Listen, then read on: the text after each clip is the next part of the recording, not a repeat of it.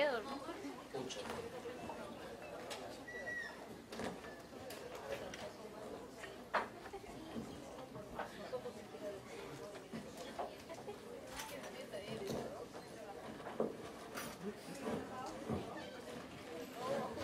Bien, buenas noches.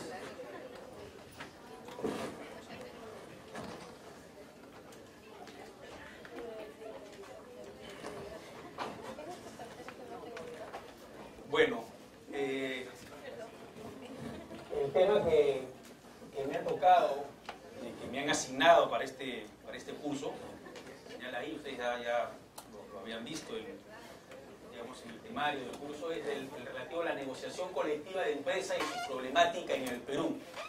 Bueno, creo que no podría empezar la clase de hoy sin señalar que la negociación colectiva hoy día ha quedado herida de muerte, ¿no? Como seguramente saben, se ha publicado la sentencia del Tribunal Constitucional que resuelve la acción de inconstitucionalidad contra la llamada Ley Servir, y precisamente uno de los temas, digamos, polémicos, o en todo caso uno de los temas por los cuales fue impugnada esta norma ante el Tribunal Constitucional, era el relativo a la negociación colectiva en el sector público, ¿no?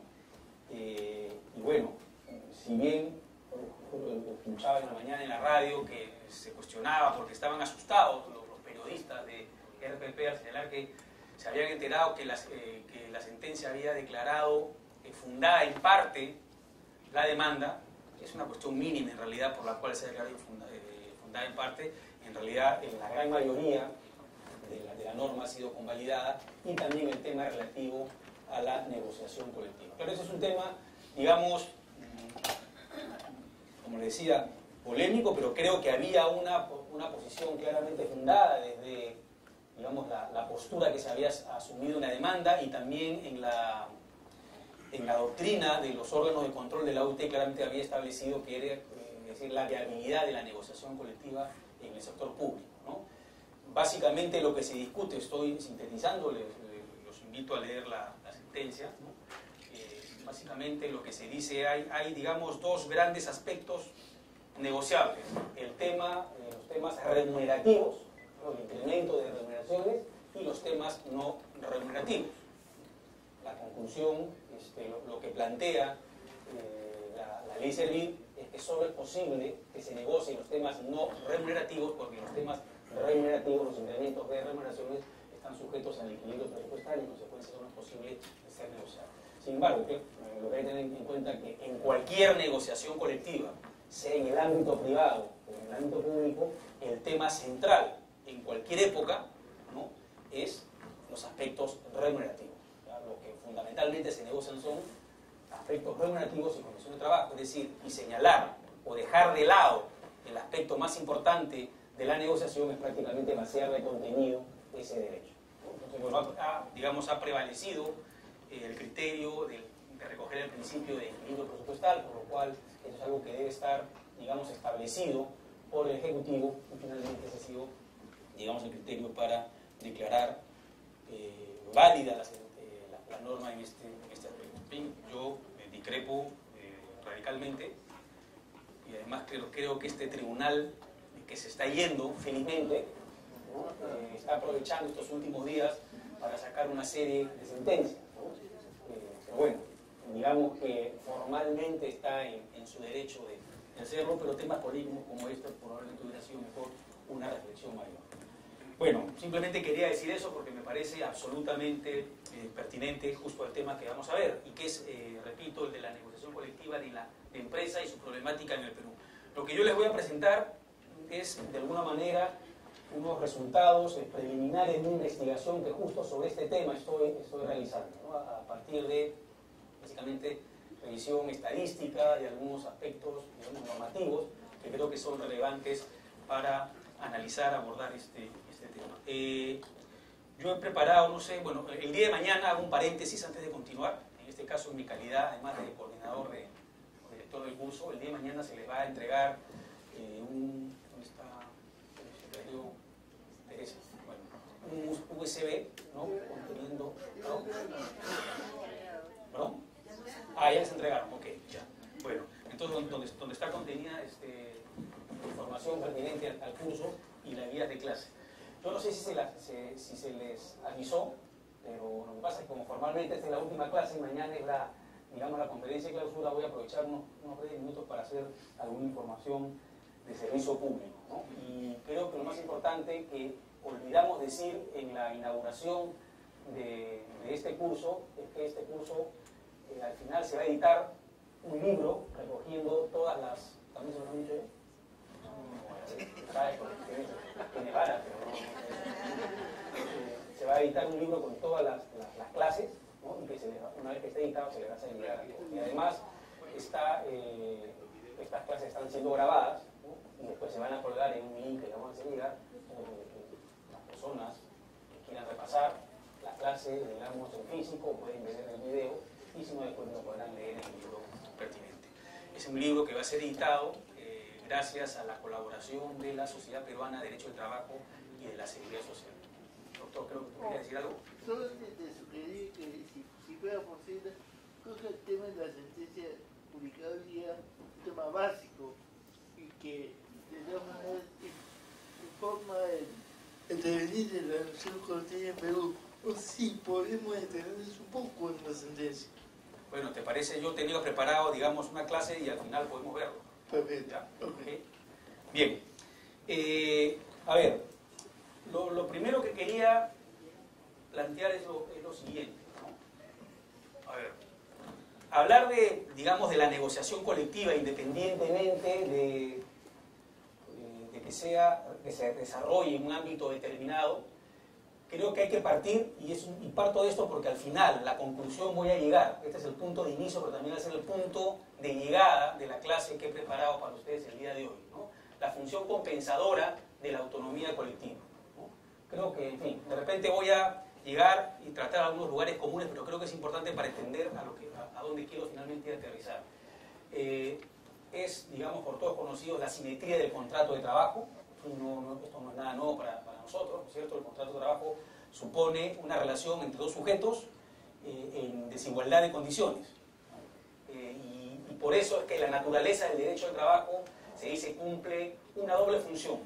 Una función pacificadora, que es un poco la explicación de por qué surge el derecho al trabajo como una disciplina, digamos, autónoma, propia, o una lógica intuitiva, ¿no? Pero sobre todo pacificadora porque lo que hace el derecho del trabajo, lo que consiguió es canalizar el conflicto social para que el conflicto no se desborde, ¿no?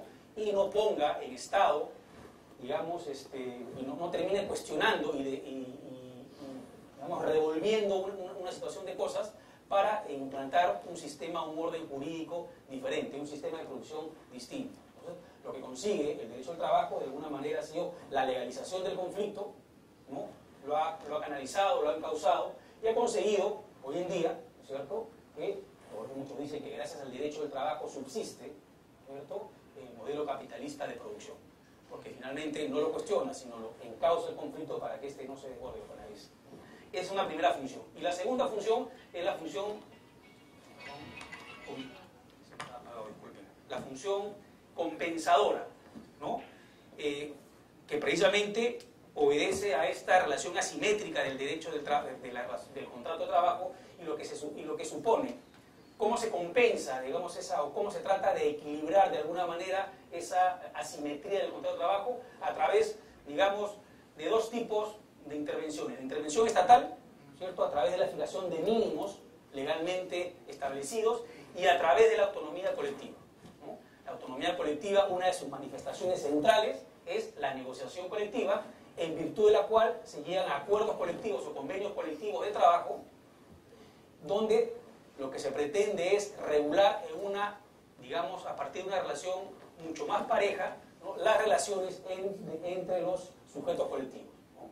Y además de la negociación colectiva, la segunda herramienta importante de la autonomía colectiva son las medidas de conflicto, ¿no? Las medidas de conflicto no solamente la huelga, es, digamos, la más evidente, la que está regulada, reconocida en el ordenamiento jurídico, pero hay otras medidas menores de conflicto, y a través de la negociación y las medidas de autotutela se logra esta función equilibradora o compensadora que también se le atribuye al derecho del trabajo y concretamente a la autonomía colectiva. De tal forma que podríamos graficar de esta manera, ¿no?, lo que acabo de expresar, ¿no? El derecho del trabajo, ¿no?, de alguna manera es una suma de la autonomía colectiva, de los pactos colectivos en distintos niveles que regulan una serie de condiciones de trabajo, más la intervención del Estado que fija mínimos legales. Entonces, la lógica inicial del derecho al trabajo fue: el Estado interviene, reconoce derechos, pero reconoce mínimos y deja la autonomía colectiva a los sujetos laborales, que ellos directamente, sin una mayor injerencia del Estado que el haber fijado los mínimos, regulen, complementen, mejoren, regulen donde el Estado no lo hace. Esto, digamos, fue así hasta los años 70 del siglo pasado, y después vino un proceso de flexibilización, después el proceso de globalización de la economía, que un poco cambia las cosas, y algo de eso, por lo que veía, han tratado con el doctor Miguel Canessa, ¿no? Y, digamos, al lado de estos dos ejes, autonomía colectiva más intervención del Estado, se presenta la función compensadora y la función pacificadora, ¿no? Este es un poco entonces el esquema. Bien, lo que yo quiero de alguna manera, y por qué empiezo con esto, yo decía, lo que de alguna manera quiero es, lo voy diciendo, reflexionar con ustedes si es que efectivamente en el Perú la autonomía colectiva y concretamente la negociación colectiva está cumpliendo esa función compensadora que se le atribuye, o en realidad no está cumpliendo ese papel y algo está pasando. ¿Qué cosa está pasando? Sería lo que tendríamos que reflexionar, ¿no? Bien, para hablar de negociación colectiva necesariamente tenemos que aludir a lo que es un sistema de negociación colectiva. Cuando yo trato este tema, ¿no?, en clases o en diversos foros, siempre lo planteo de esta manera, es decir, un sistema de negociación colectiva se compone de una serie de elementos o características, y esas características son, lo primero que hay que establecer es dónde se negocia, es decir, cuál es el nivel de negociación. En segundo lugar, una segunda pregunta que podemos formularnos es, bueno, ¿quiénes pueden negociar? Y esto alude, nos lleva a los agentes o sujetos negociadores. En tercer lugar, ¿qué se puede negociar?, ¿no?, el contenido de la negociación, y al final, si es que hay un acuerdo, el contenido del convenio colectivo, ¿no? Este es un tema, digamos, todos son importantes, pero este es un tema central, porque, digamos, el contenido de la negociación y el contenido propiamente del convenio resultante de esa negociación debería ser lo más amplio posible para cumplir, entre otras cosas, esa función compensadora de la que estamos hablando, ¿no? ¿Cómo se negocia? Y esto nos remite al procedimiento de negociación. Nosotros tenemos en la Ley de Relaciones Colectivas de Trabajo un procedimiento claramente establecido, pero es un procedimiento establecido para un tipo de negociación, porque si bien es la negociación, digamos, típica, la que se regula en la Ley de Relaciones Colectivas de Trabajo y su reglamento, no es el único, digamos, no es la única forma o no es el único tipo de negociación colectiva. Pensemos, por ejemplo, en la negociación colectiva que se puede desarrollar por ocasión de un cese colectivo, ¿no? Eso también es una negociación, hay que informar a la otra parte. La idea es tratar de llegar a un acuerdo para que no haya un cese de trabajadores, un despido colectivo. Eso es una negociación colectiva que puede concluir en un acuerdo colectivo entre el empleador y los representantes de los trabajadores, ¿no? Y eso está sujeto a ese procedimiento, no es un procedimiento distinto. Okay. Y por último, el resultado de la negociación. Digamos que la idea, ¿no?, o el ideal, más propiamente dicho, es que toda negociación conduzca a un acuerdo. Y si hay acuerdo, eso es lo que denominamos convenio, convención colectiva de trabajo. Pero ese escenario ideal podría no ocurrir, podría no producirse, y en consecuencia estaríamos ante una simple ruptura de la negociación, lo que en la mayoría de legislaciones conduce a que las partes, cualquiera de ellas, pueda acudir a medios alternativos de solución de conflictos, las conocidas conciliación, mediación y arbitraje, ¿no? Ahora bien, volviendo atrás, he planteado esto, pero evidentemente lo que nos interesa, porque estamos hablando de la negociación colectiva de empresa, y ya el título de la clase alude a un nivel determinado de negociación. Entonces, por eso que dentro de estos elementos vamos a repasar muchos de ellos.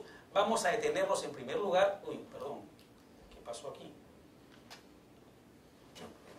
Me emocioné, no sé qué apreté.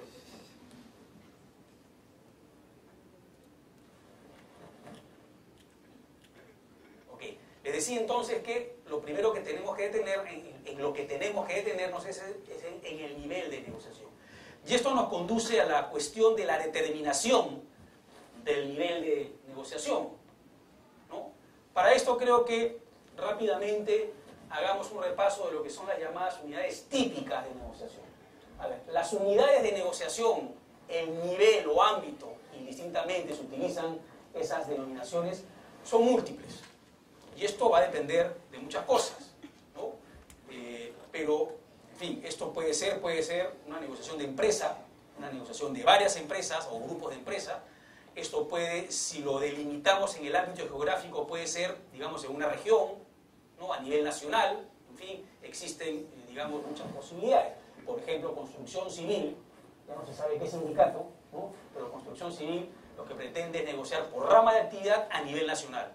En el ámbito, por ejemplo, portuario, se negocia no a nivel nacional, sino a nivel más local, ¿no? Donde opere el puerto correspondiente.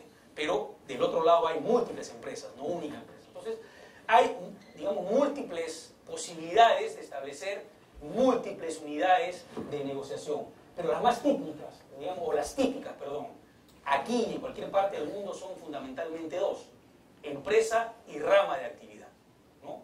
Ahora bien, también, digamos, es un lugar común decir que en el Perú la negociación colectiva se desarrolla fundamentalmente a nivel de empresa, y de ahí el tema que estoy exponiendo, ¿no? Hay algunos casos muy aislados de negociaciones por ramas de actividad. Si esto lo llevamos al derecho comparado, a la experiencia comparada, las cosas definitivamente, digamos, pueden cambiar. Y digo definitivamente porque fundamentalmente en los países desarrollados, ¿no?, durante mucho tiempo y como regla podría decirse que la negociación es fundamentalmente por rama de actividad o extramuros de empresa, ¿no? Y lo pongo en condicional porque esto también viene variando, ¿no? Y en países, digamos, menos desarrollados, la tendencia es a la negociación colectiva a nivel de empresa. En América Latina los ejemplos son claros de los países más desarrollados, o con una lógica de fomento real de la autonomía colectiva, como es Uruguay, ¿no?, donde la negociación es fundamentalmente por rama de actividad. En algunos países como Brasil o Argentina también hay una tendencia en ese sentido, pero en el resto de países básicamente es a nivel de empresa. Y probablemente uno de los países más desarrollados, ¿no?, como es efectivamente Estados Unidos de América, tiene una negociación colectiva a nivel de empresa. Claro, estamos hablando de empresas que agrupan, ¿no es cierto?, concentran a centenares o miles de trabajadores. Entonces muchas veces una empresa en ese país afilia, ¿no?, o concentra a más trabajadores, por ejemplo, que una rama de actividad en el Perú. Son realidades distintas y por eso, digamos, hay esa lógica, esa práctica de negociar a nivel de empresa. Pero digamos que, y aquí viene el tema de las tendencias, como consecuencia del proceso de flexibilización que ocurrió en el mundo entero, primero en los años mediados de los 70, en los años 80 en Europa, y en América Latina y otros países en vías de desarrollo en los años 90, ¿no?, y también con el fenómeno de la globalización o mundialización de la economía, existe, digamos, una tendencia y una exigencia de los empresarios a negociar a nivel de empresa, ¿no? Rápidamente un par de explicaciones sobre esto. La flexibilización supuso, ¿no?, una retirada, ya sea negociada o impuesta unilateralmente, como ocurrió en el Perú, supuso una retirada del Estado, donde antes regulaba, establecía ciertos mínimos, dejó de establecerlos. Y se suponía, como ocurrió por ejemplo en los países europeos, que esa retirada estatal iba a ser suplida con la intervención o la negociación colectiva. Eso ocurrió en Europa, pero no ocurrió en países como en América Latina, porque no teníamos sindicatos, digamos, preparados o dispuestos o capaces a afrontar, digamos, esa retirada estatal. Esto supuso, ¿no?, lo que se conoció como una suerte de individualización y descentralización de las relaciones laborales. Porque claro, cuando, creo yo, se retira el Estado, deja de reconocer derechos como mínimos o simplemente ya no los regula más, ¿no? Y esto no viene suplido por derechos similares establecidos vía negociación colectiva, vía convenios colectivos. Quien se empodera en esa relación es el empleador. Y pasamos entonces de una, digamos, una regulación estatal o una regulación autonómica a una relación individualizada. ¿Por qué individualizada? Porque donde se regulan los nuevos derechos o los que van a reemplazar a los antiguos que han sido, digamos, desmejorados o eliminados, se hace a través del contrato de trabajo. Y ya sabemos que en el contrato de trabajo, en la relación individual de trabajo, estamos ante una posición, ante una relación asimétrica, donde la posición preponderante, la posición de poder, la tiene el empleador. Y eso significa, en buena cuenta, que quien termina estableciendo el derecho y el contenido del mismo, de los mismos, es fundamentalmente el empleador. Por eso se conoce como la individualización de las relaciones laborales. ¿Y por qué descentralización? Porque, digamos, este fenómeno también afecta a la negociación colectiva. No solo afecta a las relaciones individuales de trabajo, sino también a las relaciones colectivas.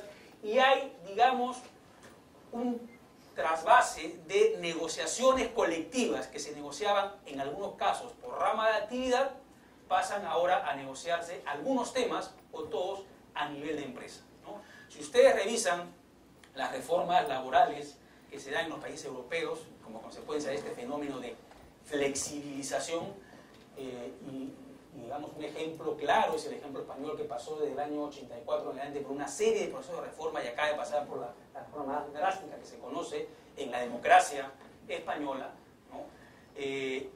La retirada estatal muchas veces supone, ¿no? o la norma, digamos, de reforma señala el artículo tanto, tal derecho, digamos, ya no lo regula más el Estado y puede ser regulado directamente o por vía de negociación colectiva, o también se autoriza entre el empleador y sus trabajadores. Esto supone entonces que eso pasa a ser regulado vía contrato de trabajo, ¿no? Y que la negociación colectiva también se fomenta una negociación a nivel de empresa. Y eso entonces, de ser un modelo muchas veces centralizado porque se negocia en altos niveles, en unidades grandes de negociación, rama de actividad a nivel regional, como es en España, o a nivel nacional, como es en otros países europeos, ahora se negocia a nivel de empresa. Y un caso claro es lo que se conoce como el descuelgue salarial a nivel de empresa, ¿no?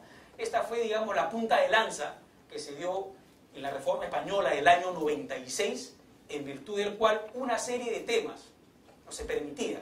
Antes no era así. Antes, si algo se negociaba a nivel de rama de actividad, no podía ser renegociado a nivel de empresa, porque en caso de conflicto, por ejemplo, prevalecía el primer convenio que se negoció, o en algunos casos el convenio de ámbito superior, ¿no? No siempre en caso de conflicto se aplica el principio de la norma más favorable. Otras legislaciones aplican otros criterios de solución de conflictos entre convenios colectivos de distinto nivel, por ejemplo, lo que acabo de señalar. Y a lo que iba, lo que se permite en la reforma del 96 es que determinados temas salariales, una vez más, el tema crucial, más importante en toda negociación colectiva, con mayor razón en épocas de crisis económica, ¿no? Los trabajadores lo que suelen básicamente tratar de conseguir es un incremento de remuneraciones y dejan de lado otros aspectos. En consecuencia, si una norma permite el descuelgue salarial, es decir, significa descolgarse, ya no aplicar el incremento remunerativo o la materia remunerativa que se pactó en un nivel mayor, sino se les permite a las partes que en una negociación a nivel de empresa se puedan descolgar y establecer un monto diferente o menor inclusive. Entonces, esta es una forma, digamos, también de descentralizar la negociación colectiva. Esto, digamos, con carácter general, ¿no? Aterrizando un poco ya en el caso peruano. ¿Cómo se determina el nivel de negociación? O en buena cuenta, ¿por qué en el Perú se negocia fundamentalmente a nivel de empresa, ¿no? Sigue existiendo negociación en otros niveles, extramuros de la empresa, pero digamos se ha acentuado la tendencia desde los años 90 a la actualidad a que la negociación colectiva, ¿no?, sea a nivel de empresa, en primer lugar, y esto impulsado también por los fenómenos de flexibilización y globalización de la economía, donde, digamos, las empresas transnacionales lo que pretenden es también que tener el poder, digamos, en la empresa de poder determinar, ¿no?, las condiciones de trabajo, y esto se logra evidentemente si lo establece en forma unilateral el empleador o se negocia a nivel de empresa y no en ámbitos superiores. Pero en el caso peruano, lo primero que habría que decir es algo que es clarísimo. Tenemos un modelo descentralizado de negociación colectiva, porque más del 95% de las negociaciones colectivas, tanto si lo vemos desde el número de empresas como desde el número de trabajadores involucrados, es a nivel de empresa y no a nivel de rama de actividad. Pero no solo eso, yo diría que es un modelo descentralizado que podría también denominarse atomizado, porque no solo vemos negociaciones a nivel de empresa, sino también, ¿no?, digamos, por el tipo de sindicalismo que tenemos, que no solo se limita a sindicatos de empresas, sino también de categorías, digamos, o de niveles más reducidos, como es la categoría. Seguimos teniendo sindicatos de empleados por un lado y de obreros por otro, o sea, no es a nivel de toda la empresa, sino por categoría. Hay en algunas empresas, sobre todo, digamos, públicas o que fueron públicas y se privatizaron, que tienen muchos centros o establecimientos a lo largo del país, sindicatos no únicos, sino por establecimiento. Petroperú, Telefónica, son ejemplos de eso, ¿no? O también, esto es menos, pero podría haber, la ley lo permite, un sindicato de sección. Todo esto, de alguna manera, son ideas, ¿no? Son unidades de negociación que permite la ley, pero que al permitirlas y plasmarse en la realidad terminan atomizando, descentralizando aún más el modelo de, digamos, de negociación colectiva, ¿no? Eso por un lado, eso tiene que ver, digamos, con la forma con la que los trabajadores han decidido agruparse. A pesar de existir la posibilidad de afiliarse a nivel de empresa o a nivel de rama de actividad o por oficios, etcétera, la gran mayoría, ¿no es cierto?, es una realidad, es una tradición, en el caso peruano se sindicalizan a nivel de empresa o inclusive unidades inferiores. El propio modelo productivo que tenemos nosotros en el Perú, de una inmensa cantidad de micro, pequeñas y medianas empresas, hace que los trabajadores decidan también organizarse en esos niveles, o incluso es imposible organizarse en esos niveles, por los cuales tienen como mucho la posibilidad de nombrar, ¿qué cosa?, delegado. De alguna manera, el modelo productivo, la apuesta por el sindicato peruano de afiliarse en niveles reducidos. Y en tercer lugar, lo que para mí es, digamos, el puntillazo determinante, la clara opción del legislador por el nivel de empresa. Y para esto basta leer, ¿no? Esto hay que matizarlo en un momento, pero quiero, digamos, mencionarles lo que pasó en el año 92 cuando entra en vigor, en agosto, si no me equivoco, el año 92, la todavía vigente Ley de Relaciones Colectivas de Trabajo, o con algunas, sin duda, modificaciones. El artículo 45 de la ley, lo voy a leer muy rápido, aunque seguramente ustedes también ya lo conocen, señala que, en fin, si no existe previamente una convención colectiva en cualquier nivel de los señalados, los que hemos visto, los típicos, ¿no?, en el artículo anterior, las partes decidirán de común acuerdo el nivel en que entablarán la primera convención. A falta de acuerdo, la negociación se llevará a nivel de empresa. Hay una clara opción del legislador, cosa que ha sido cuestionada después, ¿no es cierto?, en el ámbito de la OIT y también por el Tribunal Constitucional. Pero el punto de partida del año 92 fue ese. Y además decía, si existe de existir convención en algún nivel, para entablar otra en un nivel distinto o con carácter sustitutorio o complementario, cambiar de nivel o tener varias negociaciones simultáneamente, ¿no?, y de forma articulada, dice, es requisito indispensable el acuerdo de partes. Y si no hay acuerdo, se mantiene el nivel. Esto segundo parece bastante lógico, ¿no? Si las partes ya se pusieron de acuerdo en un nivel determinado, para modificarlo, tiene también que haber un nuevo acuerdo de modificación del nivel. Pero, ¿dónde está entonces la trampa o, una vez más, la clara opción del legislador peruano por la negociación a nivel de empresa, por lo que creo yo, consolidar un modelo descentralizado de negociación? Está en lo que era, porque eso cumplió su cometido y dejó de existir, esta tercera disposición transitoria y final de la Ley de Relaciones Colectivas de Trabajo. Y como ya no está vigente, entonces he acudido a un libro un poco antiguo de la época para recordar lo que decía esa norma.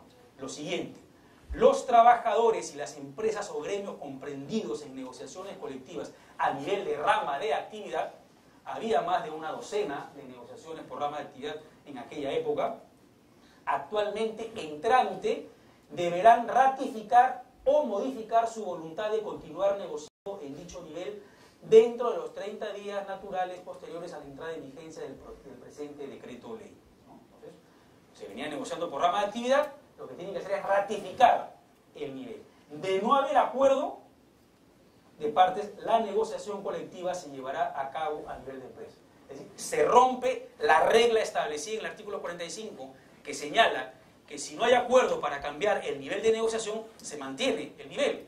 Esta norma dice, ojo, ¿no? Todas las negociaciones a nivel de rama de actividad tienen que revisar su nivel. Y si no se ponen de acuerdo, pasan a negociar a nivel de empresa. Es decir, bastaba la negativa, como ocurrió en efecto, de los empresarios de continuar negociando por rama de actividad para que se pasara a negociar a nivel de empresa. El caso de construcción civil es un caso atípico, digamos, por la fortaleza, por lo que significa ese sindicato, o por lo que significaba en realidad, ¿no? Ahora hay temas delictivos de por medio. Y claro, el Estado no quería tener en la calle un enemigo importante y decidió con ellos hacerse la vista gorda y procurar que continuaran negociando a nivel de rama de actividad, a pesar de la negativa de los empresarios que pedían que se cumpliera, se aplicara la tercera disposición transitoria y final de la ley, ¿no? Sacar una norma, después se derogó, hubo una acción, todo un tema, hasta que al final se pronunció el Tribunal Constitucional. Pero con esto, ¿qué quiero decir? Simplemente, ¿qué es lo que pretendo señalar? Es que hay una serie de explicaciones, digamos, de orden económico, de orden histórico, de orden normativo, que lo que hicieron en el año 92 siguiente fue consolidar, ¿no?, un modelo descentralizado de negociación colectiva. Es decir, si se exigía, si se pedía cambiar o mantener cierto nivel, lo que se hizo fue, digamos, descentralizar más este modelo y consolidarlo de esa manera. Y como ya lo mencioné hace un momento, sobre esto hay que recordar dos cosas: la jurisprudencia constitucional sobre la determinación del nivel de negociación, ¿no? Y aquí tenemos un antes y un después. Son dos sentencias, ¿no?, significativas. La primera es la del caso precisamente de construcción civil, en virtud del cual creo que es una, desde mi punto de vista, una de las sentencias probablemente más logradas jurídicamente del Tribunal Constitucional en materia de derecho del trabajo. O sea, podemos o no compartir, ¿no?, el contenido de esta sentencia, pero es una sentencia, digamos, muy equilibrada, muy fundamentada, acudiendo a la doctrina, acudiendo a los pronunciamientos del Comité de Libertad Sindical de la OIT, interpretando los convenios sobre la materia, el convenio 98 fundamentalmente de la OIT, a partir de la cual, además, enraizado todo esto en el artículo 28.2 de la Constitución, que recuerden, lo que hace es establecer el fomento de la negociación colectiva, no cualquier tipo de negociación, sino una negociación que debe fomentarse. A partir de esto entendió el Tribunal Constitucional que por el tipo de actividad en la cual se pretendía negociar colectivamente, por la precariedad, por la temporalidad de la actividad de construcción civil, era razonable exigir que la negociación colectiva se lleve a cabo a nivel de rama de actividad y no por empresa o incluso por obra, como en un momento estuvo vigente una norma que decía, y mal no recuerdo, lo que salió un decreto supremo que estableció la aplicación de esta tercera disposición transitoria y final. Es decir, que se tenía que pasar en construcción civil a negociar a nivel de empresa, ¿no? Y salió una norma regulando esto, señalando que entiéndase por empresa la obra, es decir, atomizar aún más el nivel, descentralizar aún más el nivel del modelo de negociación colectiva, ¿no? Y bueno, es decir, no es que no se pueda negociar por obra, pero lo discutible, lo cuestionable es la imposición del nivel de obra, ¿no?, cuando en todo caso lo que imponía la ley era la empresa y no la obra, ¿no? Porque ahora hay muchas negociaciones en el ámbito de la construcción civil a nivel de obra, ¿no? Voy a enfatizar analizar eso más adelante. Bueno, esta norma entonces establece, digamos, hace todo un recuento, una fundamentación de lo que entiende por fomento de la negociación colectiva y la posibilidad entonces de que a partir del fomento de la negociación se pueda establecer en algunos casos, como en construcción civil, la negociación a nivel de rama de actividad. Esto cambia, digamos, recula de alguna manera el Tribunal Constitucional, y eso también tiene que ver, es evidente, la composición, ¿no? En el primer caso estamos hablando de un tribunal que estaba compuesto, que se recompuso con la vuelta a la normalidad democrática, ¿no? En la época, si no me equivoco, que lo presidía ¿cómo se llama el Lechuzón? Álvaro Landín, sí. No, le decían Lechuzón cuando estaba cuando era el militante de Acción Popular, y después con la actual composición, en los que ya se van, ¿no? Pues no quieren irse, pero ya se van finalmente el 3 de junio, hay un cambio, ¿no? Es decir, no es un cambio radical, pero lo interesante en todo caso es que introduce la figura del arbitraje, que también está cuestionado por otro lado, ¿no? Pero señala, bueno, en algunos casos no es entonces, sí dice claramente, algo que es importante, que es inconstitucional, ¿no?, la opción del artículo 45 de la ley, porque a falta de acuerdo no debería negociarse a nivel de empresa, sino que debería ser un tercero el que decida cuál es el nivel en el que las partes deben negociar, y entonces remite al arbitraje. Y esto es lo que ha hecho después que se emita la famosa norma sobre el arbitraje potestativo, o por lo menos es la excusa para esa norma. Entonces, digamos, para concluir aquí, que la determinación del nivel, en principio, y esto es absolutamente, digamos, creo que la jurisprudencia y la doctrina, sobre todo la doctrina, es unánime en señalar que a partir ya sea de considerar a la negociación colectiva como una libertad, o como creo yo, como un derecho, ¿no?, supone entonces que las partes son las que deben establecer lo primero que se debe establecer para iniciar una negociación. ¿Cuál es el nivel donde se negocia? Y si no hay acuerdo, no permitir que el Estado establezca una opción, sobre todo una opción que termina siendo, pues, digamos, atentatoria del modelo, porque termina claramente plasmando un sistema o modelo descentralizado de negociación colectiva. Entonces, la opción del arbitraje me parece, en todo caso, una opción bastante viable, ¿no? Bien. Ok. Entonces, por múltiples razones, está claro que el nivel de negociación en el Perú es el nivel de empresa. ¿Y cómo se ha desarrollado, un poco entrando al tema de la problemática en el Perú de la negociación colectiva a nivel de empresa, ¿no?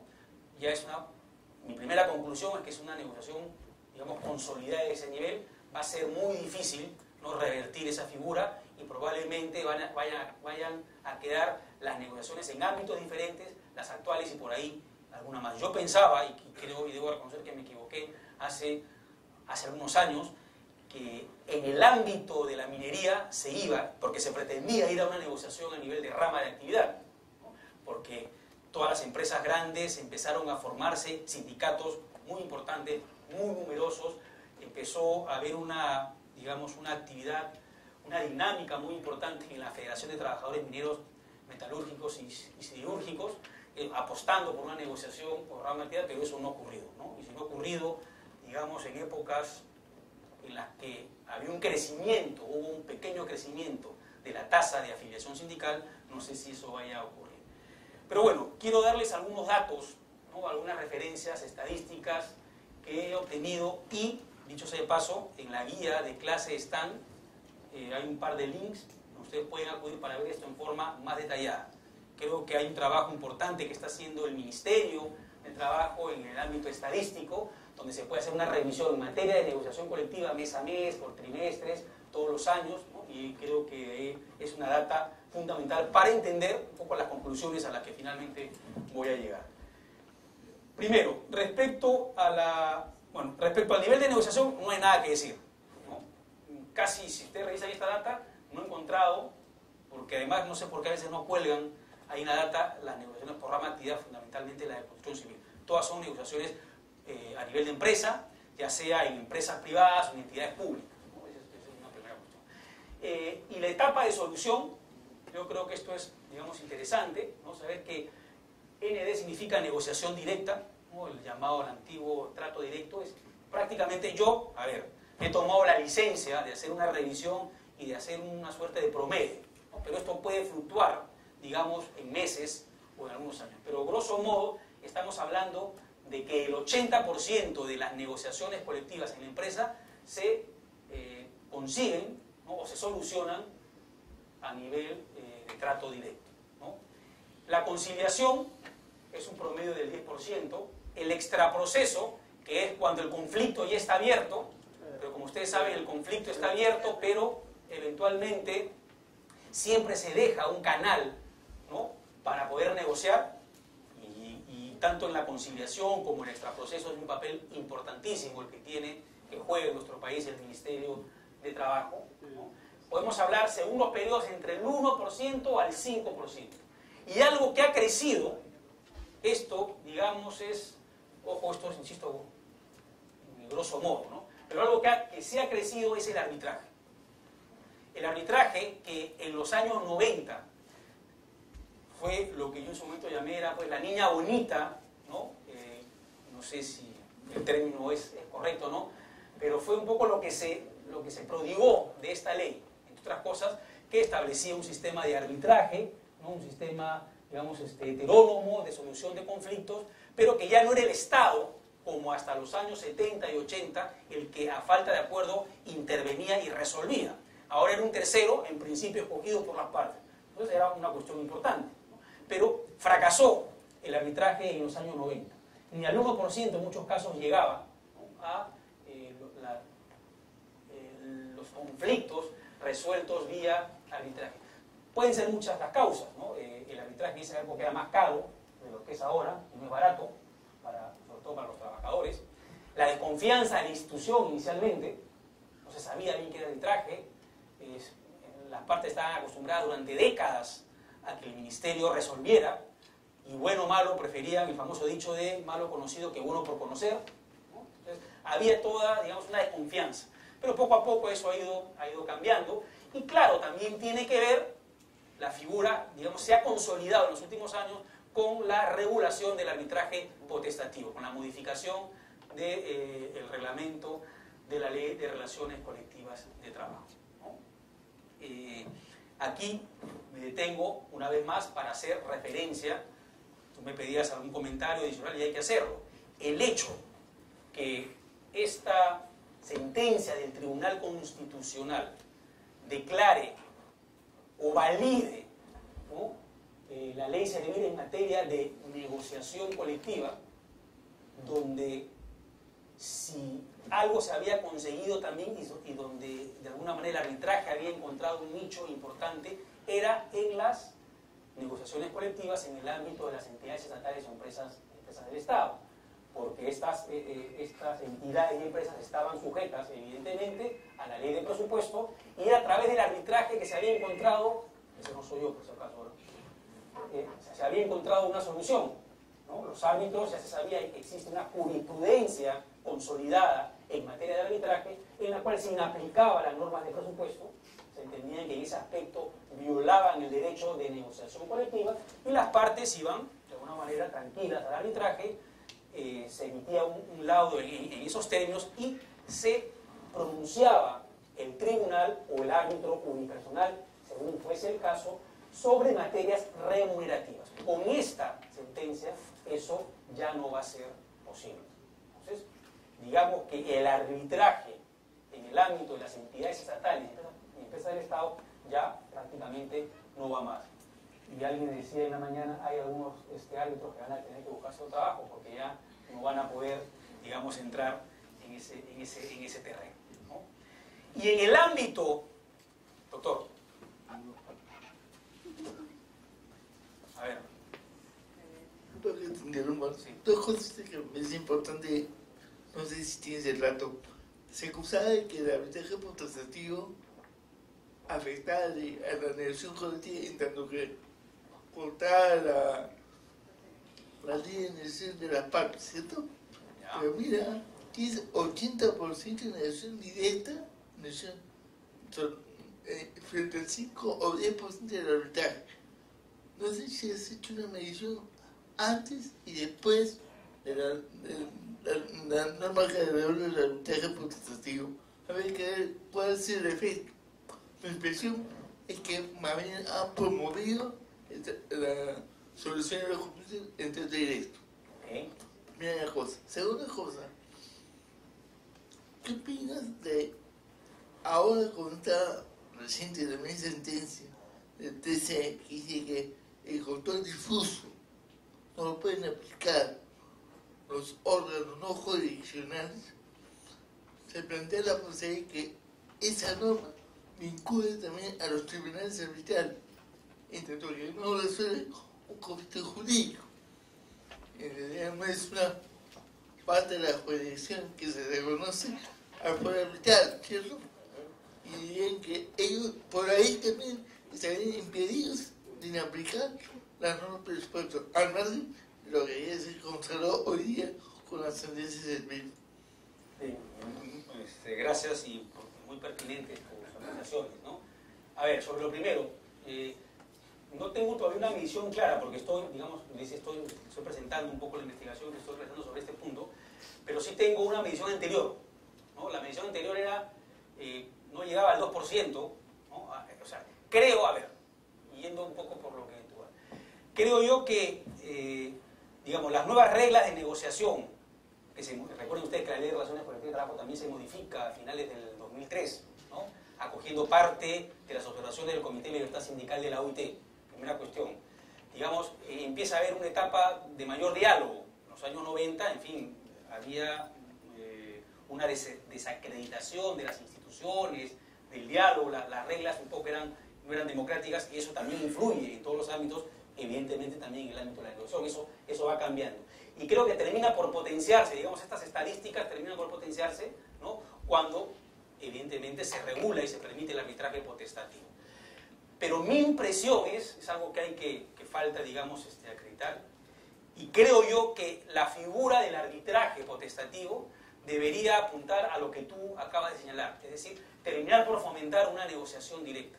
Porque, a ver, en un análisis más o menos informal, seguramente ustedes han escuchado, si han negociado, si trabajan, ya sea asesorando sindicatos o asesorando empresas o en la administración del Estado, ¿no? Que hay una suerte de descontento más o menos general de los empresarios respecto al arbitraje potestativo. Dicho sea de paso, lo que ha llevado a que también se impugne esta norma en un proceso de acción popular, que todavía no concluye, no sabemos cómo va a concluir, ¿no? Bueno, hay una resolución en primera instancia, ¿no? Pero bueno, y falta que la Suprema se pronuncie al respecto.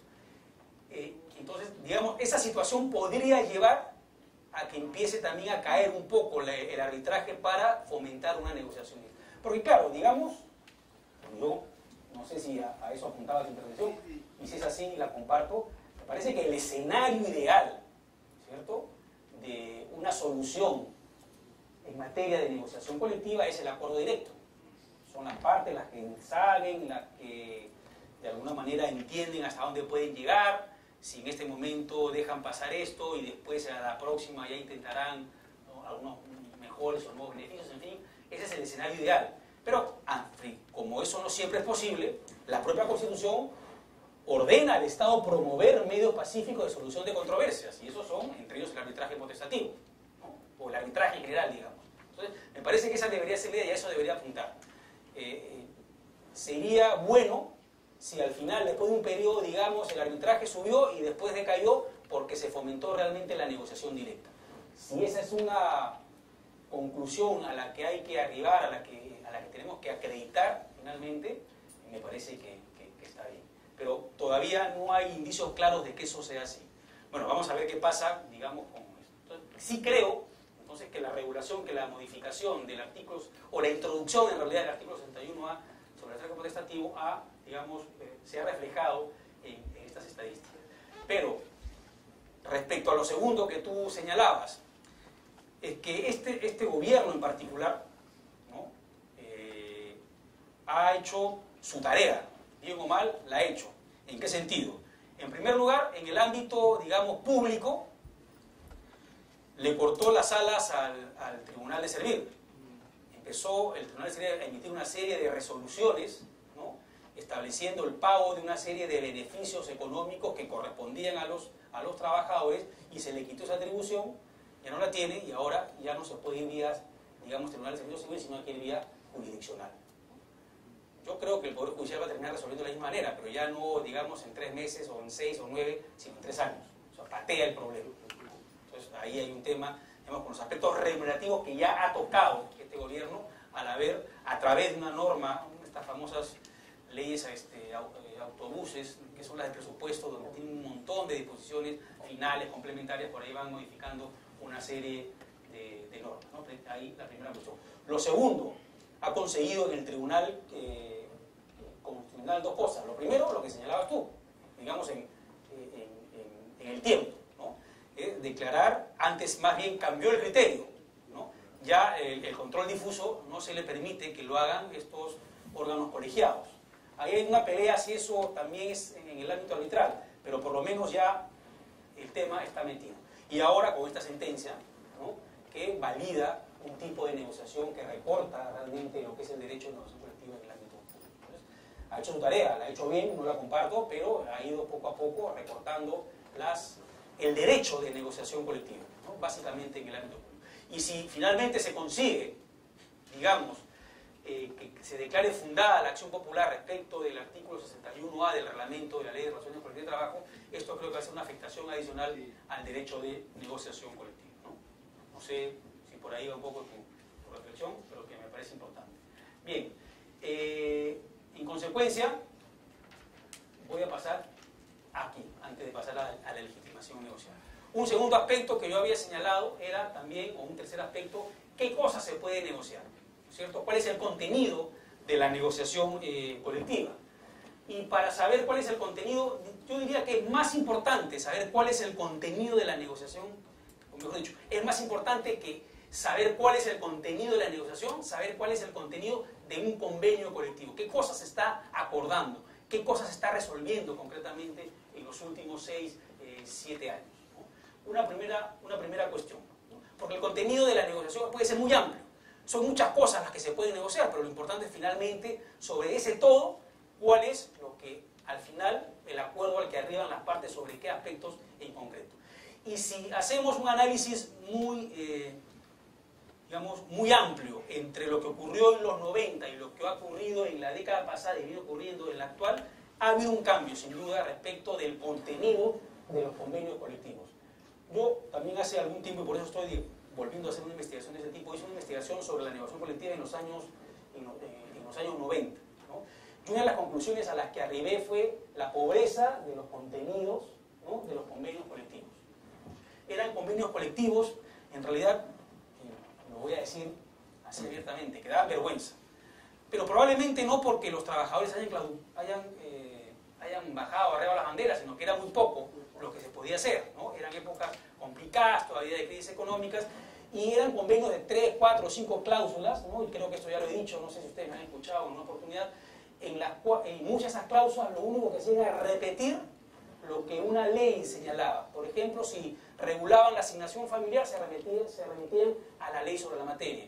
Si regulaban un complemento de la CTS o una gratificación extraordinaria, se remitían a la ley sobre gratificación. Entonces, en consecuencia, pues, eso no es una negociación colectiva, porque repetir lo que dice la ley no es necesario, porque si no hay convenio colectivo se aplica totalmente la ley de la materia. Entonces, ha habido un avance, pero lo que yo denomino un avance o un contenido poco significativo. Hay un mayor número de beneficios, de derechos que se vienen negociando. Vean también las estadísticas que les estoy dejando ahí en la guía de clase. Y básicamente un listado sería este. Y como ven, es un listado pequeño, ¿no? Y es un listado de beneficios no muy significativo, no muy importante. En primer lugar, aumento de remuneraciones. En segundo lugar, cláusulas de salvaguarda, ¿no? Las cláusulas de salvaguarda, para aquellos que no conozcan, son incrementos de remuneraciones a un tiempo determinado de entrada en vigor del convenio colectivo. A los 3 meses, a los 6 meses, es un incremento, digamos, adicional. Esto era muy común en la década de los 80, ¿no? Con periodos de inflación o hiperinflación, era necesarísimo. No había convenio colectivo que no tuviera un incremento adicional al 3er, 6º, 9º mes, dependiendo del año en que estuviéramos. Ustedes van a ver, si estábamos a mediados de los 80, había una cláusula de salvaguarda en el convenio. A finales de los 80, En la época de la hiperinflación de Alan García habían hasta 3 cláusulas de salvaguarda en el convenio colectivo, ¿no?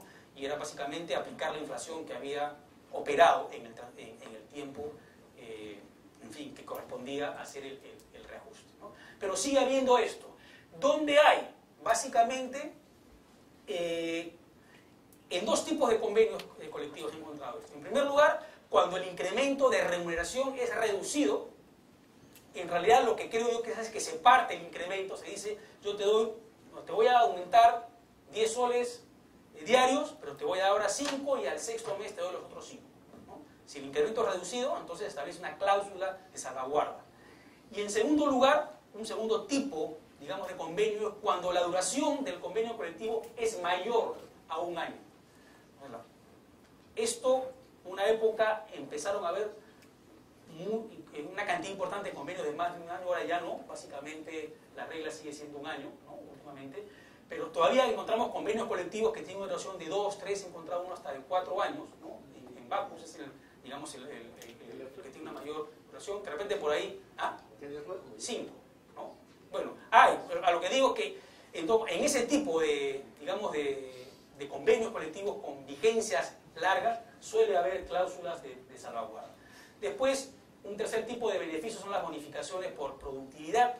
Claro, en realidad puede ser, esto tiene que ver con el rendimiento, ¿no? de los trabajadores, en fin, esto suele regularse. Creo que desde mi punto de vista es uno de los beneficios más interesantes que puede haber, probablemente el único, ¿no? Que asocia un incremento, el otorgamiento de un beneficio económico a un rendimiento, a un cumplimiento de meta por parte de los trabajadores o de ciertos trabajadores. La bonificación por cierre de pliegos es casi algo ya típico, tradicional en todos los convenios colectivos, muchas veces por esa vía, por la vía de la bonificación por cierre de pliego que no tiene efectos o consecuencias o naturaleza remunerativa, es donde se otorga la mayor cantidad de dinero, ¿no? Digamos por esa consecuencia. Hay toda una discusión si en los laudos arbitrales se debe otorgar la bonificación por cierre de pliegos. Se dice que no, porque el cierre de pliegos supone un acuerdo de partes y el laudo no supone un acuerdo de partes, no es un tercero el que resuelve, pero creo que esto ya está zanjado, la jurisprudencia arbitral, si cabe ese término, ya ha establecido, creo casi unánimemente, que es posible otorgar también esta bonificación en un laudo arbitral. Y después vienen las asignaciones menores, que muchas no tienen tampoco naturaleza remunerativa. Asignación familiares por esposa, hijo, fallecimiento, escolaridad, movilidad, quinquenio, uniforme, útiles de aseo, trabajo nocturno, horas extras. Salvo las 2 últimas, las otras son cuestiones menores. Y prácticamente paramos de contar. Pues podemos encontrar en algunos convenios algunas cuestiones mayores, probablemente en el ámbito de la minería. Pero aquí yo estoy tratando de establecer, digamos, promedios para ver cómo va la negociación colectiva en el ámbito de la empresa, ¿no? en el caso peruano. Y sobre la vigencia, un poco lo que dije, ¿no? La regla, cuando digo la regla es porque en la mayoría de casos sigue siendo 1 año. En algunos convenios colectivos he encontrado que no se establece nada, no hay ninguna referencia a la vigencia, y como saben ustedes, supletoriamente se aplica la Ley de Relaciones Colectivas de Trabajo, que señala 1 año, con consecuencia sumamos, ¿no? al promedio, a la regla. Y excepcionalmente hay casos de menos de 1 año, lo cual con la versión inicial de la Ley de Relaciones Colectivas de Trabajo no era posible, porque inicialmente decía, como mínimo, la duración de un convenio es 1 año. Ahora es lo que decían las partes, y a falta de acuerdo, o sea, menos o más, es 1 año, ¿no? Hay algunas empresas culturales en las cuales los trabajadores, en fin, trabajan con empresas educativas que trabajan por periodos, suelen tener convenios colectivos cortos, por el periodo de 1 trimestre, 6 meses, ¿no? Son los casos de vigencias menores a 1 año. Y hay los casos de empresas grandes, ¿no? Que quieren una paz laboral, digamos, duradera, y establecen plazos de 2, 3, 4 o 5, en fin, los que fuesen, pero, digamos, no son la mayoría, ¿no? Y aquí viene, después voy a volver sobre este punto, pero quiero entonces, en resumidas cuentas, aquí digamos, una conclusión es que ha habido un avance respecto de cómo se negociaba y cuál es el contenido de los convenios colectivos en los años 90, pero es un avance realmente poco significativo, ¿no? Salvo excepciones, empresas muy grandes, donde hay convenios colectivos de 40 o más cláusulas, donde se regulan muchas cosas, ¿no? Pero no es la regla, ni mucho menos. volviendo al tema de la legitimación negocial, porque tiene que ver con el tema de la eficacia personal. ¿Qué viene pasando también en las negociaciones y los convenios colectivos en el ámbito de la empresa? Aquí, respecto a la legitimación negocial, quería señalar dos cosas, porque han habido algunas consultas y algunos pronunciamientos interesantes, sobre todo en el ámbito del Ministerio de Trabajo, ¿no? Y esto tiene que ver por el tipo, digamos, de organización sindical que tenemos, ¿no? La gran mayoría ahora de sindicatos en el Perú son de empresa, eso está claro, pero son sindicatos minoritarios, no son sindicatos mayoritarios. Y esto, digamos, tiene una consecuencia importante, porque cuando un sindicato, digamos, que negocia el convenio colectivo es mayoritario, per se, ¿no?, la ley de convenios colectivos de trabajo le atribuye a esos convenios colectivos una eficacia general. Es decir, salvo las excepciones previstas en la propia ley, se aplica a la totalidad de trabajadores dentro del ámbito de aplicación de ese convenio colectivo, ¿no? Y cuando el sindicato que negocia, que está legitimado para negociar, es un sindicato minoritario, como es en la gran mayoría de casos en el Perú, entonces ese convenio colectivo tiene eficacia limitada, es decir, sus efectos se circunscriben a los trabajadores afiliados a la organización pactante. Y esta en principio es la regla. Es decir, en principio, el convenio colectivo debería ser siempre, ¿no?, desde mi punto de vista, de eficacia limitada, ¿no? Y solo en el caso, por ejemplo, peruano, en el caso español, en otros casos, por atribución expresa del legislador, porque entiende que un sindicato que tiene determinada representatividad merece entonces que los efectos de ese convenio no se limiten a los trabajadores afiliados a la organización pactante, sino que se extiendan a todos los trabajadores dentro de su ámbito de aplicación. Esa es la opción por la que ha optado el legislador peruano, y simplemente exige el 50% más uno, mayoría absoluta. Otros ordenamientos exigen un quórum calificado, una mayoría mayor para extender los beneficios, los efectos, perdón, y los beneficios, por ende, del convenio colectivo. Entonces, creo que este es un tema con unas consecuencias importantes que lo vamos a ver a continuación. Pero aquí lo que quería tocar es digamos, esta atomización de la negociación colectiva y del sindicalismo en el Perú, lleva a que tengamos, o que tengamos sindicatos muy pequeños o que no hayan sindicatos, sobre todo en pequeñas empresas. ¿Y qué ha venido sucediendo, o algunos casos que quiero relevar? Algunas empresas lo que han hecho es, ¿no?, cuando hay, y lo toco el tema porque es la mayoría de los casos, y lo que quiero es, no sé, ver o dejar, digamos, llamar la atención a que esto podría extenderse, esta problemática.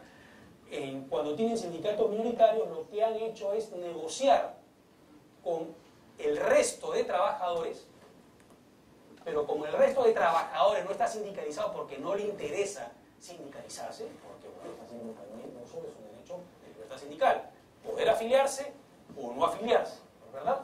Y en ese caso, entonces, como no hay sindicato, lo que han hecho estos trabajadores, que inclusive podrían ser mayoritarios respecto del sindicato que es minoritario, nombran delegados y entablan una negociación con el empleador. Y ahí entonces se presenta una duplicidad de negociaciones. Digamos, ¿qué sucede si esos delegados representan a la mayoría de trabajadores y suscriben un convenio colectivo con el empresario? Tiene efectos generales, se superpone ese convenio colectivo al convenio colectivo suscrito por el sindicato minoritario, ¿no? Y, bueno, la posición que felizmente ha tomado el Ministerio de Trabajo es una opinión, que diríamos, una suerte de opinión consultiva que se ha emitido, ¿no? Y como creo yo, lo reconoce, si bien estos son convenios no ratificados por el Perú, pero tienen, digamos, naturaleza de recomendación, son orientadores, y lo dice expresamente, para mí claramente, el artículo 9 de la Ley de Relaciones Colectivas de Trabajo, hay una opción válida de fomento de la libertad sindical por el sindicato. ¿Qué quiere decir esto? Que si existe un sindicato, aun cuando sea minoritario, no, digamos, es viable, o no debería ser viable, o tener preferencia, una negociación con delegados respecto de trabajadores no sindicalizados. Porque es la opción del legislador. Si hay sindicato, negocia el sindicato. El mayoritario negocia en representación de todos, ¿no?, con efectos generales. Si hay más de un sindicato y todos son minoritarios, entonces hay dos posibilidades. Negocian, se forma una coalición mayoritaria y esta negocia en representación de todos en el ámbito correspondiente, y si no hay acuerdo, cada sindicato minoritario negocia su propio convenio colectivo con eficacia limitada. Y si solo existe un solo sindicato y es minoritario, ese también celebra su convenio colectivo. Solo, y yo lo he interpretado siempre así, por eso cuando me pasaron esta opinión me llamó la atención, pero creo que se resolvió con un criterio acertado, solo en ausencia de sindicato de cualquier tipo es posible que se designe por mayoría de los trabajadores delegados o representantes para que negocien con el empleador. Y esto nos lleva entonces a este tema de la eficacia personal.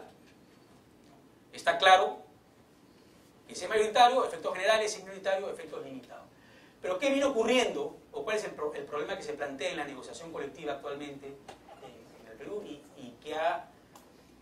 que hay todo un debate último sobre este punto, además a raíz de una sentencia de la Corte, en casación de la Corte Suprema? Y la pregunta es esta: si la mayoría de sindicatos, o la pregunta, digamos, deriva del hecho que en el Perú la mayoría de sindicatos son minoritarios, ¿es posible la extensión del convenio, de los efectos del convenio colectivo a los trabajadores no sindicalizados? Y aquí la respuesta tiene que ver, dependiendo de por dónde la fundamentemos. Libertad de empresa, reconocida en la Constitución, y el empleador, digamos, quiere, vamos a decirlo así, en un acto de magnanimidad, mejor voy a decirlo, de generosidad, porque no está el término, extender los convenios, fundamentado de repente en un trato igualitario, hay un, digamos, derecho, ¿cierto?, un principio de igualdad, ¿no?, y un derecho de no discriminación, o termina siendo un acto antisindical. Es un poco de todo qué ocurre ahí. Ya conocemos, y les recuerdo rápidamente, la sentencia de la Corte Suprema de Justicia de la República, en virtud de la cual, atendiendo precisamente a la igualdad de trato, a la no discriminación, los efectos tienen sí o sí que extenderse. Es decir, ya no es entonces, desde el punto de vista de la Corte Suprema, una opción del empleador, sino que tiene que hacerlo, porque no hacerlo supone un trato desigual, un trato inclusive discriminatorio. Pero frente a esto hay una oposición clara de los sindicatos. Los sindicatos, muchos sindicatos, vienen señalando que eso no puede ser, porque eso termina perjudicándolos, ¿no? Es decir, ellos se mojan, ¿no?, siendo sindicalizados, negociando, pagando muchas veces lo que se conoce como un canon de negociación, porque la negociación colectiva no es gratuita, tiene un costo para ambas partes y también para los trabajadores. Contratan asesores contables, legales, ¿cierto?, economistas, en fin, para la elaboración del pliego, para la negociación del pliego de reclamos, y saben todos los trabajadores afiliados que al final de la negociación tienen que pagar una cantidad por la negociación. Eso se conoce como canon por negociación. Canon que, aun cuando sea extensivo los efectos del convenio colectivo a los no sindicalizados, no se puede hacer el canon extensivo a los no sindicalizados, ¿no?, porque a ellos se les está finalmente aplicando un convenio no por voluntad propia. Entonces, eso de alguna manera pues termina afectando la libertad sindical. Yo, desde mi punto de vista, digamos, no comparto la posición de la Corte Suprema por, digamos, dos razones. La primera, porque creo que es una consecuencia lógica, natural, de un convenio colectivo que los efectos de esto sean limitados. Y solo por mandato del legislador en determinadas circunstancias se puede extender. O sea, se puede extender lo limitado a general. Y en segundo lugar, porque creo que sí se está afectando de alguna manera el derecho de libertad sindical de los trabajadores, ¿cierto?, que las consecuencias que suele tener formar parte de una organización sindical.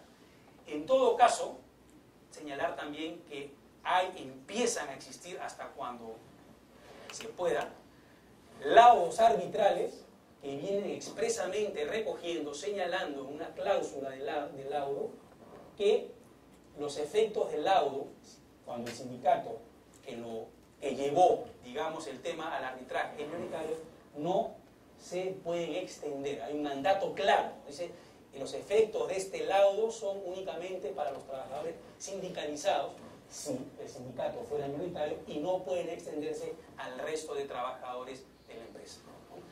Este laudo es válido en ese aspecto, Una vez más, va a depender de la posición que tomemos. Aunque recuerden que la sentencia de la Corte Suprema no es un precedente vinculante, es una sentencia que se aplica a un caso en particular, ¿no? Pero, digamos, el debate queda abierto. Sí. Me parece haber visto una sentencia del Tribunal Constitucional en el caso de Alicor, en ¿Ya? la cual la empresa decidió otorgar un aumento mayor a los trabajadores no sindicalizados que a los trabajadores. Tengo una sentencia aquí, exactamente. Lo que dice... Creo que es una situación aún más crítica, ¿no? Claro, porque bueno, ahí sí parece más claro que es un trato discriminatorio, ¿no? Y antisindical. Termina otorgando un mayor incremento precisamente a los no sindicalizados, con el efecto, digamos, dominó que puede tener eso, ¿no? Entonces sí, es un acto... ¿Ah? ¿Se declaró infundada la demanda? ¿Seguro? Yo acá tengo, a ver, bueno, la revisamos si quieres después, pero acá justo tengo... Bueno, hay dos sentencias en el... Estamos hablando de una del TC, ¿no? Sí. Parece que es Alicor. Alicor, sí. A ver, esta es. Sí, es Alicor. Entonces, Ha quedado infundada porque demandó el sindicato.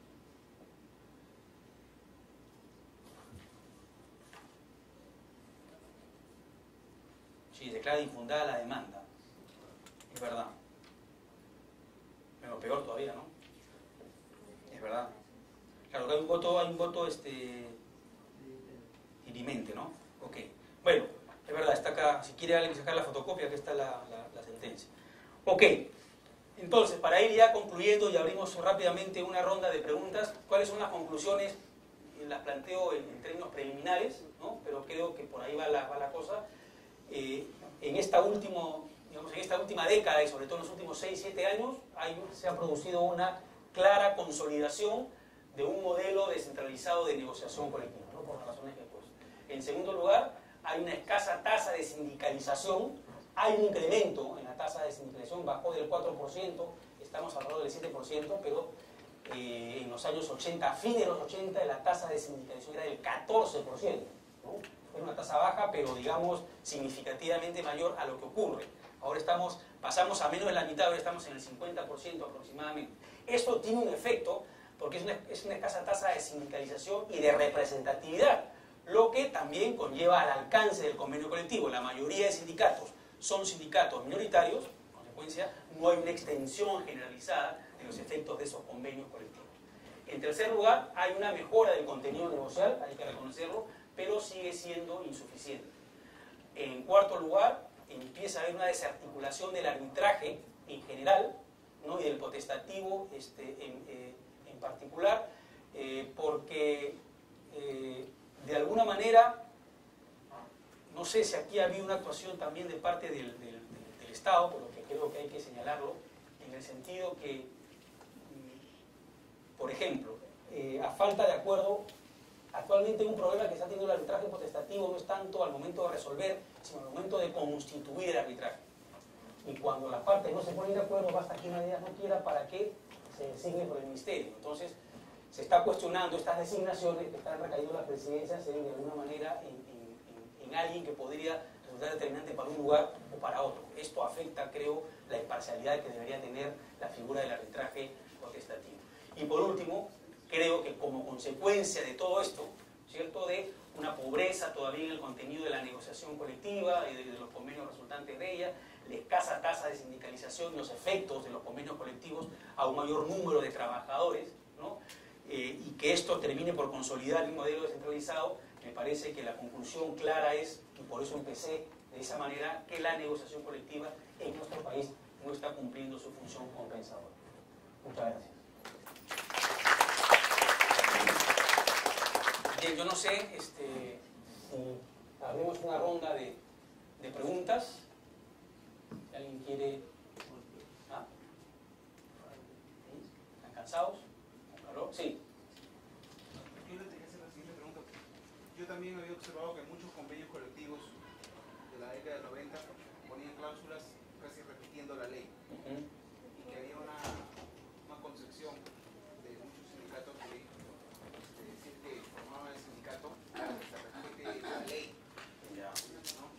Pero, digamos, en la algo más que estas cláusulas tipo, por ejemplo, movilidad, cena, fiesta por el día de trabajo, bonificación por el día de trabajo. Aniversario, ese tipo de cosas, ¿no? Inclusive aniversario de sindicato, aniversario por gastos administrativos, por la negociación misma.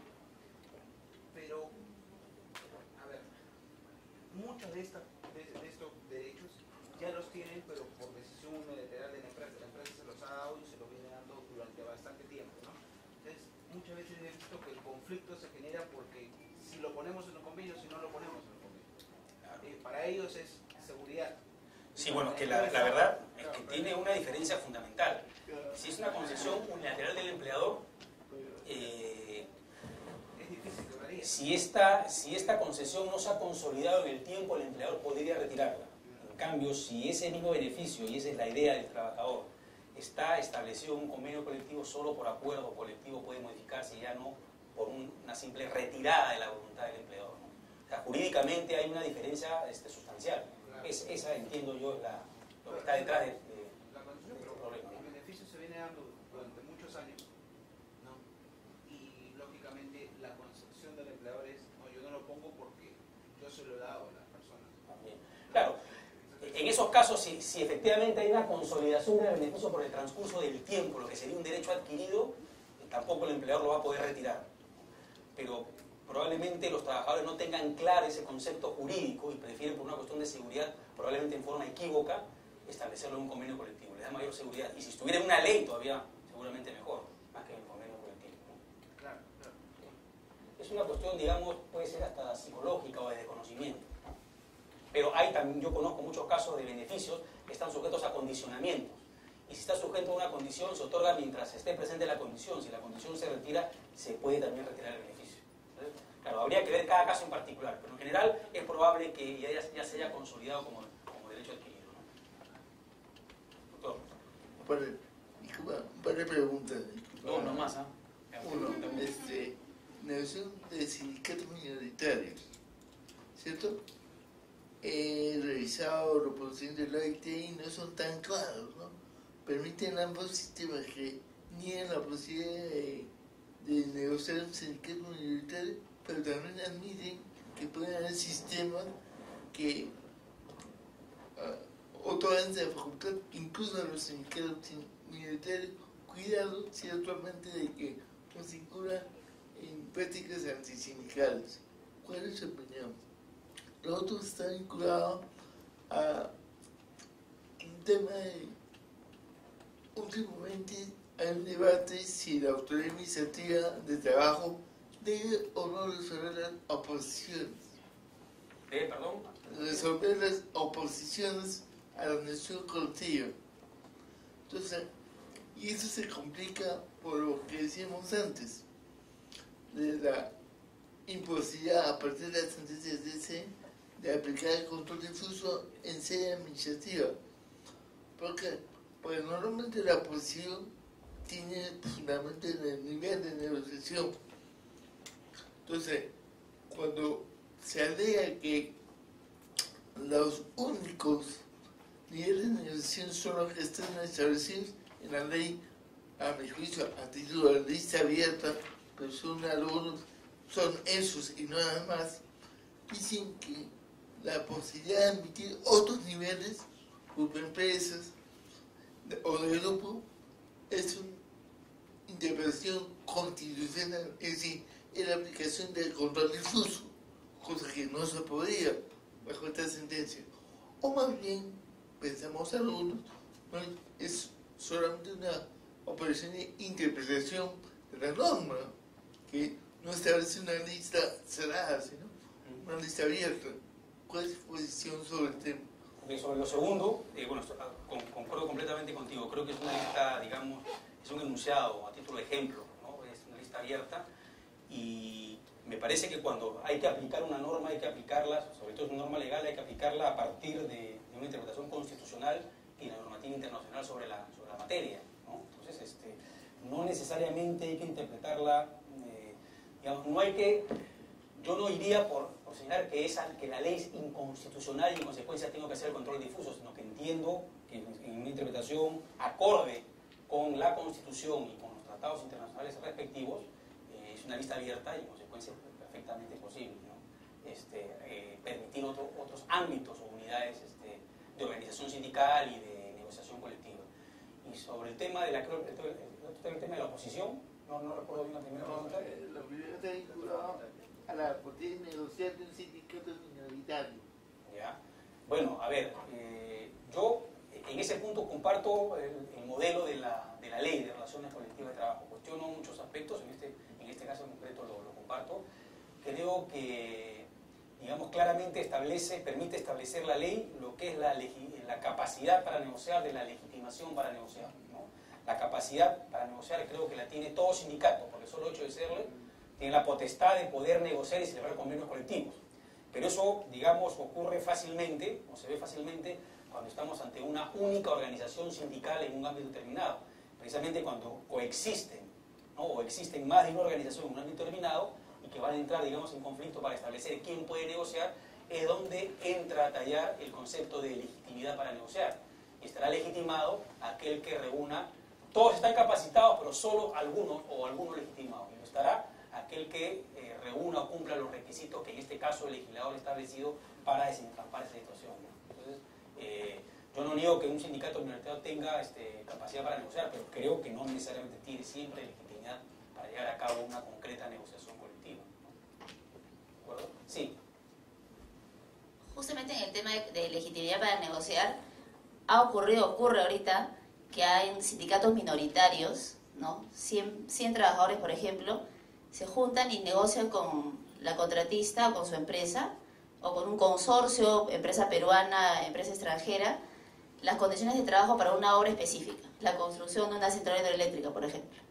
Y solamente 100 deciden una serie de condiciones peyorativas para los trabajadores. Por ejemplo, y eso es realidad, una jornada atípica de 35 días de trabajo por 7 de descanso, esos 7 no son remunerados, porque yo te pago los domingos una cantidad, una sobretasa.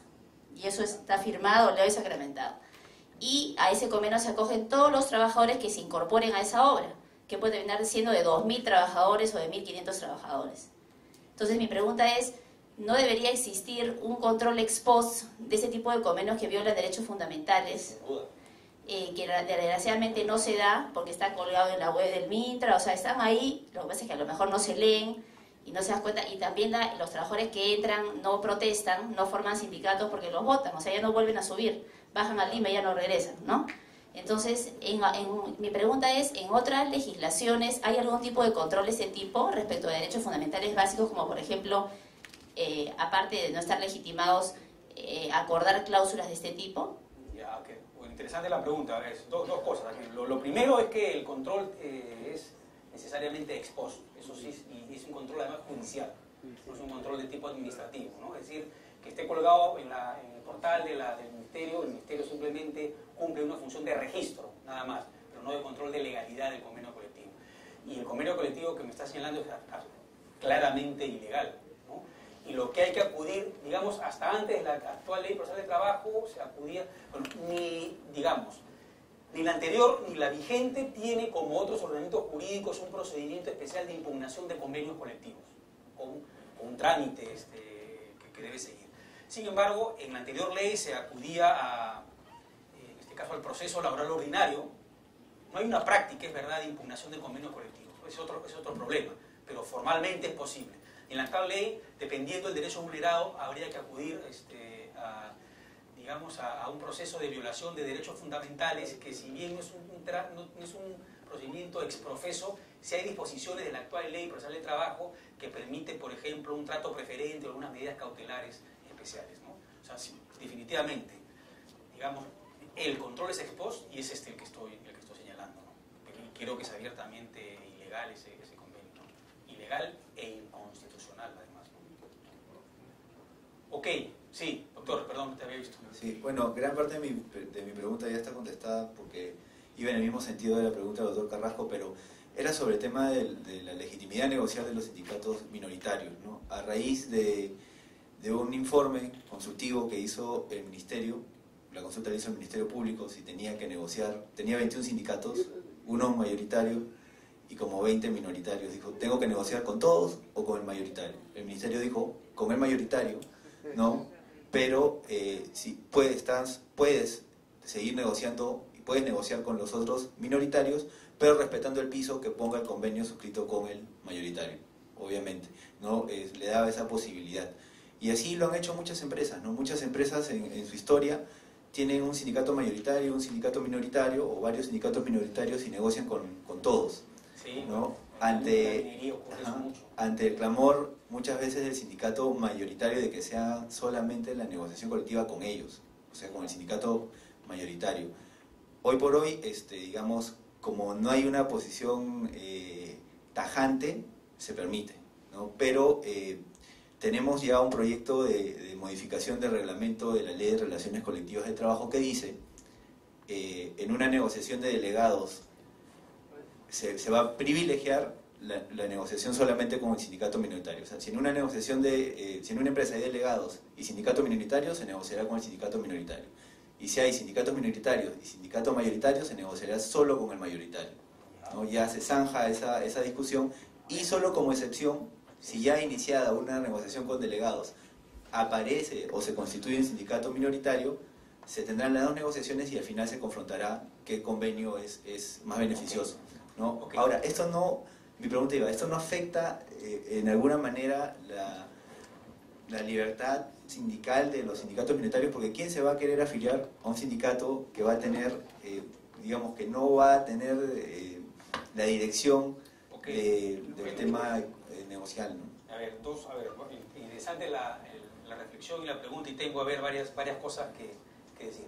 En primer lugar, esto que se zanja la discusión, para mí estaba clarísimo.